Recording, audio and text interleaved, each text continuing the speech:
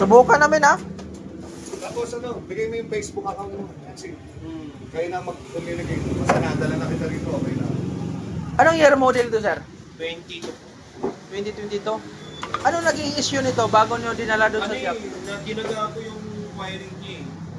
Kinagat ng daga? Opo. Tapos nung pagbukas ko, ano siya, magugugok siya. Napagal ko pa siya. Wala siyang masyadong hatak. Primera lang. Tapos yun. Tapos nung diniretso ko sa kanila, binuksan nila yung wiring. Ganito na nangyari? Ano eh, doon nagsimula eh. Tapos hanggang sa tinantan yung spark plug, ano parang inisa-isa nila lahat, nag-test-test sila. Tapos hindi pa rin kumagano. Patay tayo dyan. Dami nang ginalaw nila. Dami nga po nung ginalaw. Kaya bago na yan, Tol.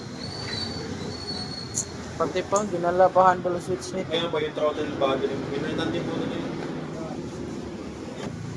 Yung mga pinagpalitan, Tol, yan, makikita mo dito. Straight to, carburetor.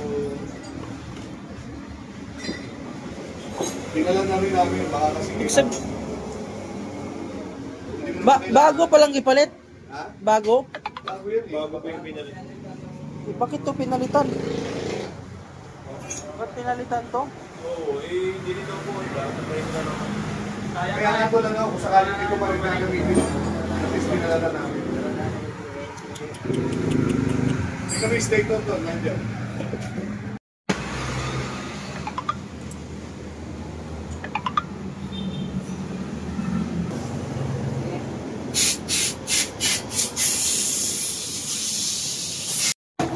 Murag din iya mo kag baboy oy.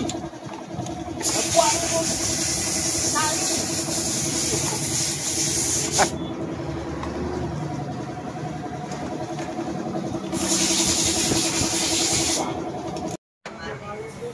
Grabe sinubayas wirings to. So recorded, bumili tayo ng brand new na para sa inuna lang natin kasi hindi maganda yung sa relay niya, yung relay box asi para sa Ninja 400. So palitan natin.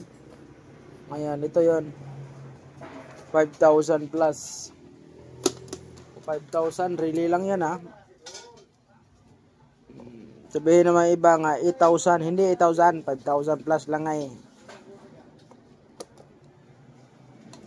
Mali yung price na natanungan niyo. Ito, Kawasaki.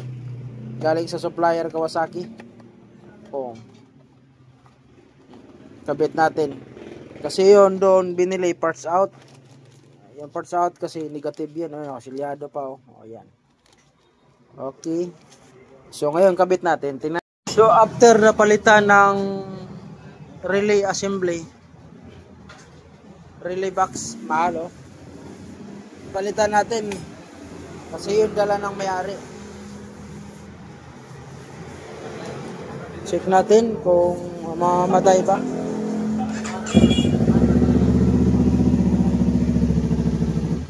Yun lang yung problema. Kusa siya na mamatay.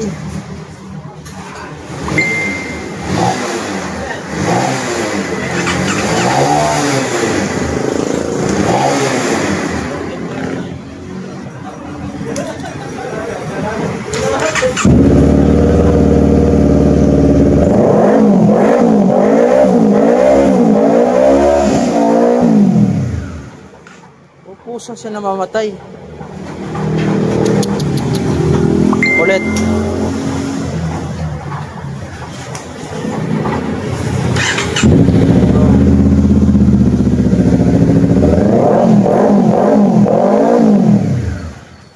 Kusa siya na mamatay.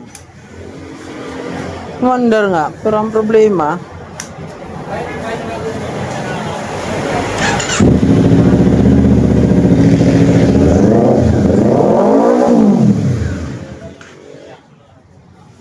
abay, lintian.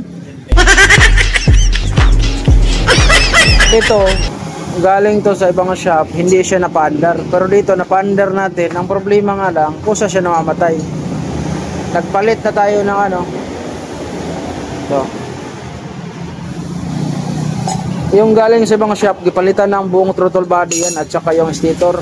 Andito nga yung pinalit, oh. Oh. Yung galing sa ibang shop, oh. Ito yung pinalit, oh. pinalit na yan. Dinala dito, tanggal-tanggal ng mga wire. Binuo lang namin, wirings yan, no? Bagong throttle body. Hindi namin kinabit yung buong throttle body kasi wala namang problema sa throttle body. Yung napaandar na namin ang problema.